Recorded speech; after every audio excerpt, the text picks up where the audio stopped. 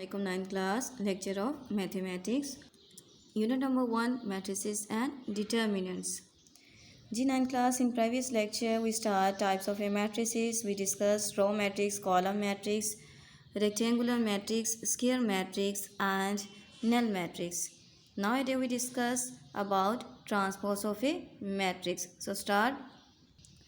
Okay 9th class transpose of a matrix में हमारे पास क्या रहता है a matrix obtained by changing the rows into columns which means उसे कि रोज़ को कॉलमों में चेंज करना है और कॉलम्स इनटू रोज़ या हम कॉलम्स को रोज़ में चेंज कर सकते हैं. Of a matrix is called a transpose of a matrix.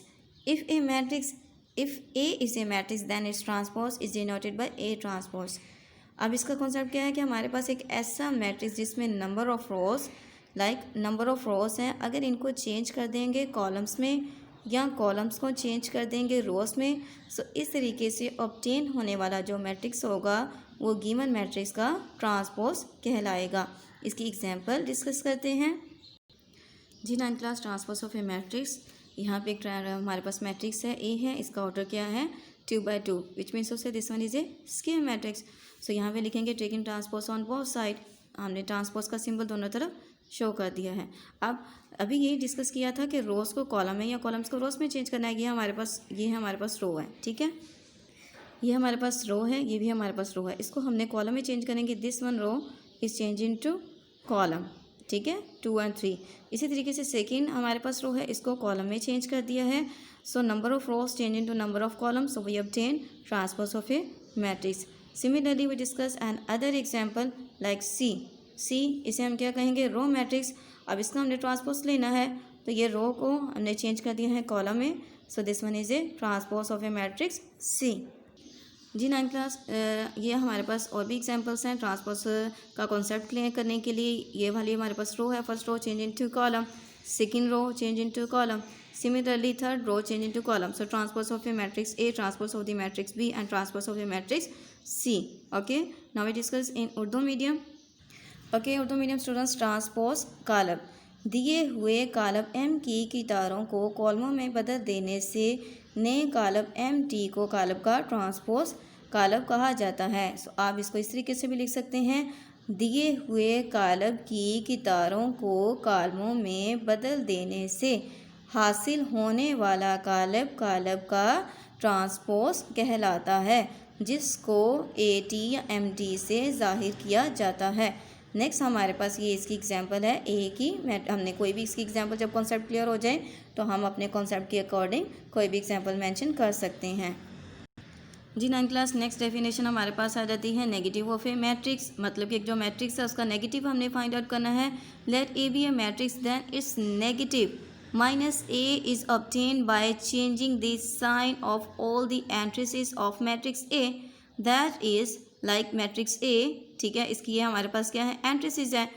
ए के साथ भी माइनस शो कर दिया है कि माइनस ए विच मीन्स उसे कि ए की तमाम जो एंट्रीज हैं उनको नेगेटिव साइन के साथ मल्टीप्लाई करेंगे. सो यहाँ पे हमारे पास जब 1 मल्टीप्लाई करेंगे तो 1 चेंज इनटू -1 एंड -2 जो सा वो चेंज इनटू 2 क्योंकि माइनस माइनस होता है plus.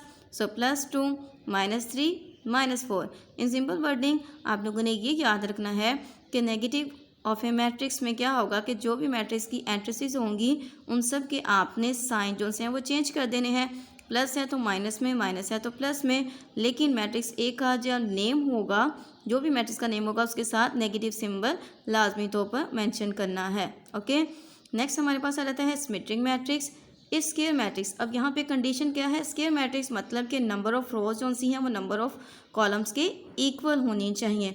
Square matrix is symmetric if it is equal to its transpose, that is the matrix is a is symmetric if a transpose is equal to a. कि अगर हम कोई matrix है उसका transpose लें वो दोबारा अपने ही इक्वल आ जाए तो उस ऐसे मैट्रिक्स को कहेंगे सिमेट्रिक मैट्रिक्स. अब यहाँ पे एग्जांपल मेंशन है, एम है, ये हमारे पास एक एम मैट्रिक्स है. अब इसका हम लेते हैं ट्रांसपोज लेते हैं तो इस रो को चेंज कर दिया है कॉलम में, second row change into column, third row change into column. So note that 9 class के ईच हमारे पास जो सी रो के लिहाज से देख लें या कॉलम के लिहाज से देखें तो तमाम जो सी एंट्री सेंस हैं वो बिल्कुल सेम है। सो इसका मतलब कि अगर हमने इसका ट्रांसपोज लिया है वो दोबारा किसके इक्वल आ गया है, एम के ही इक्वल आ गया। अब इसका नेम क्या है, एम ही है। सो विच इम्प्लाइज दैट कि हम बता सकते हैं कि M transpose is equal to M, M transpose is equal to M.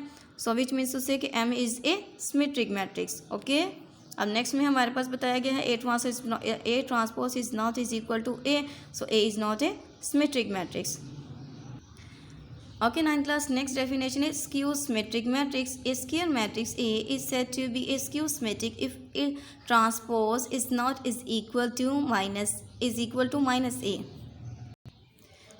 Is not is equal to A but is equal to minus A. अभी मैंने वर्ड बोला था A transpose is not is equal to A, A के तो equal नहीं होगा but minus ए अपने negative matrix के इक्वल होगा, तो ऐसे मैट्रिक्स को क्या कहेंगे, सिमेट्रिक मैट्रिक्स।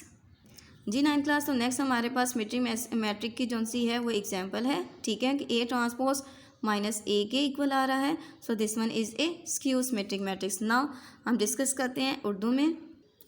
जी 9th क्लास, मनफी कालब नेगेटिव मैट्रिक्स को क्या कहेंगे, मनफी कालब दिए हुए कालब ए का मनफी कालब माइनस ए होगा, जिसमें दिए हुए कालब ए का हर रुकन इसके मनफी अंदराज में बदल दिया जाएगा।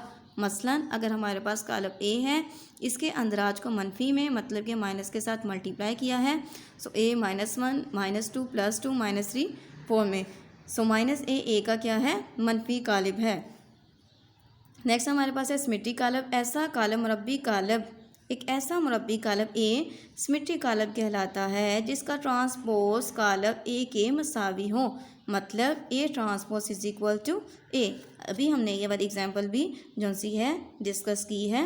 नेक्स्ट हमारे पास डेफिनेशन आ जाती है स्क्यू सिमेट्रिक कालब, स्क्यू सिमेट्रिक मैट्रिक्स। एक मुरब्बी कालब ए को स्क्यू सिमेट्रिक कालब कहा जाता है अगर ए का ट्रांसपोज इसके नेगेटिव मनफी कालब के बराबर हो, तो इसको क्या कहेंगे, स्क्यू सिमेट्रिक कालब, और इसके साथ ये एग्जांपल मेंशन है। तो 9th क्लास, आज के लेक्चर में ये थी डेफिनेशन। आप लोगों ने इनको अच्छे तरीके से याद करना है, कॉन्सेप्ट क्लियर करना है। ओके, अल्लाह हाफिज़।